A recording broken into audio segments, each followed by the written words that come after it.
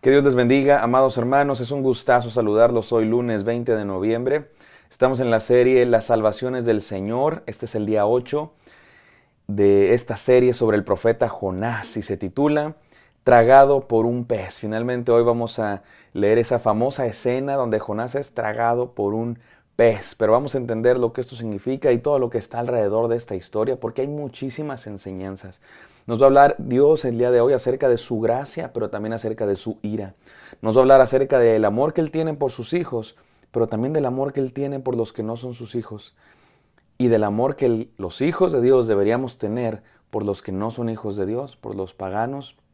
En aquella época se les llamaba gentiles e incluso por nuestros enemigos. El libro del profeta Jonás es muy profundo y muy desafiante porque nos va a enseñar cosas que van en contra de lo que nuestra naturaleza pecadora quiere escuchar, de lo que van en contra de lo que nuestra naturaleza egoísta está acostumbrada a hacer. Naturalmente somos egoístas, pero el profeta Jonás recibió una palabra de Dios para ayudarnos a entender que no va por ahí, que el amor de Dios es para todos y el amor de los hijos de Dios también debería ser para todos. Vamos a la palabra de Dios en Jonás 1 del 13 al 17, no sin antes orar. Bendito Padre Celestial, te agradecemos tanto por el amor, tu gracia, pero también por tu justicia, tu ira, Señor.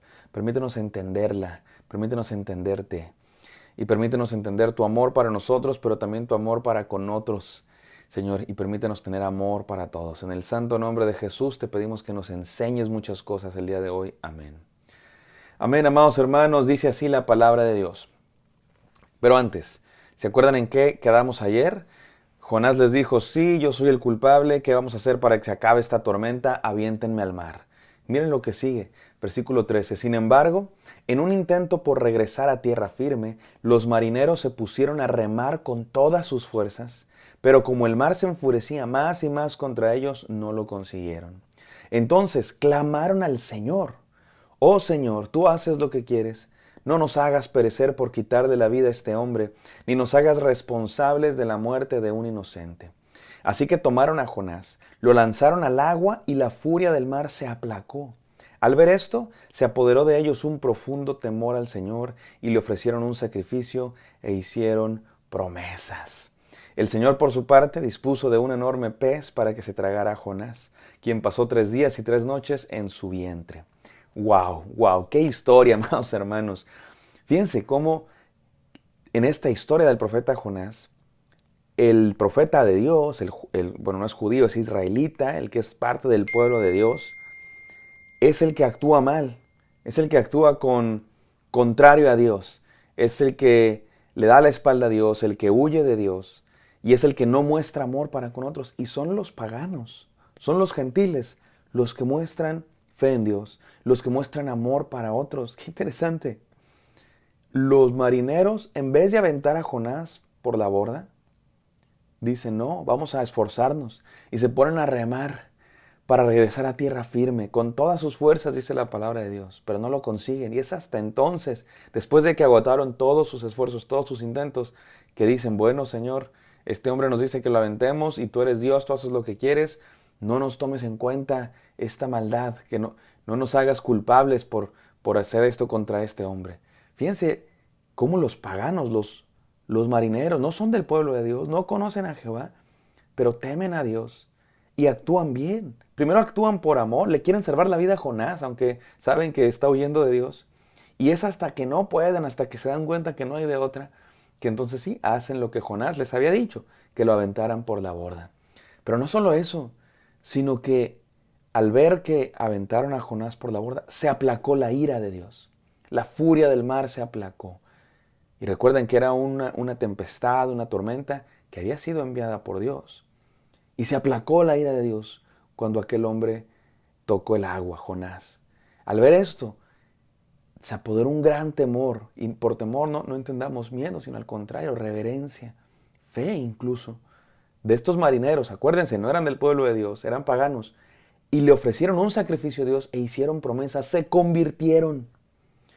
Es interesante que lo que Jonás no quería hacer, estaba huyendo para no predicarle a los gentiles acerca de Dios, terminó haciéndolo con su vida. Y aquellos gentiles marineros se convirtieron a Dios.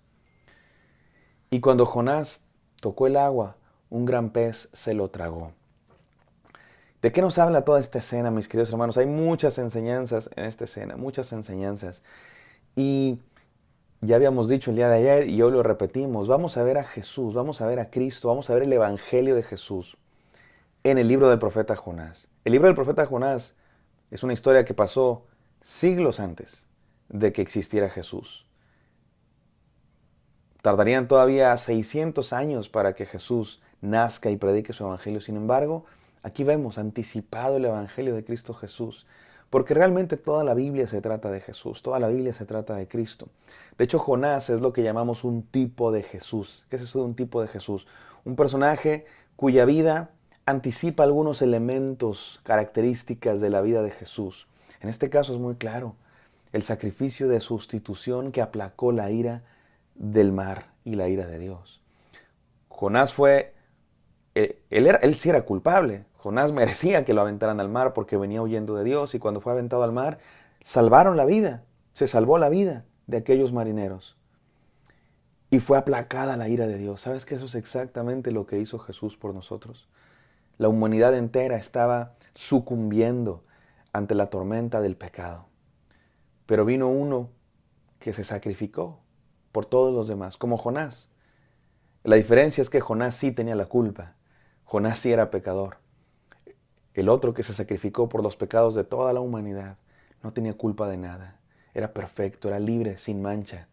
Y se sacrificó por todos nosotros y también aplacó la ira de Dios. Íbamos a perecer. Estábamos condenados a sufrir el infierno por la ira de Dios. Pero Jesucristo se sacrificó por nosotros y pudimos ser salvos, así como Jonás se sacrificó por los marineros. Una gran diferencia, Jonás sí era pecador. Otra gran diferencia, Jonás simplemente se sacrificó por aquellos puñado de marineros, Jesucristo por los pecados de toda la humanidad, para que todo aquel que en Él cree no se pierda, mas tenga vida eterna. Este mensaje a muchos no les gusta porque hablamos de la ira de Dios. Y la ira de Dios a muchos les parece ofensivo, a muchos les parece que es incómodo, pero es real. Y sabes que muchos piensan en un Dios así enojado que quiere matar y no es eso, no estamos hablando de eso, la ira de Dios. La ira de Dios es algo que tendríamos que esperar si sabemos que Dios es amor. Porque mira, tú no puedes amar bien si no tienes ira contra ciertas cosas. La ira es el rechazo flagrante y deliberado de las cosas, escucha bien, que lastiman lo que amamos. Eso es la ira. Por ejemplo, piensa en un papá que ama a su hija. Un papá no puede amar a su hija perfectamente si no odia, si no tiene ira en contra de las cosas que lastiman a su hija. Vienen peligros, gente que quiere lastimar a su hija, y este padre muestra su ira en contra de esas cosas.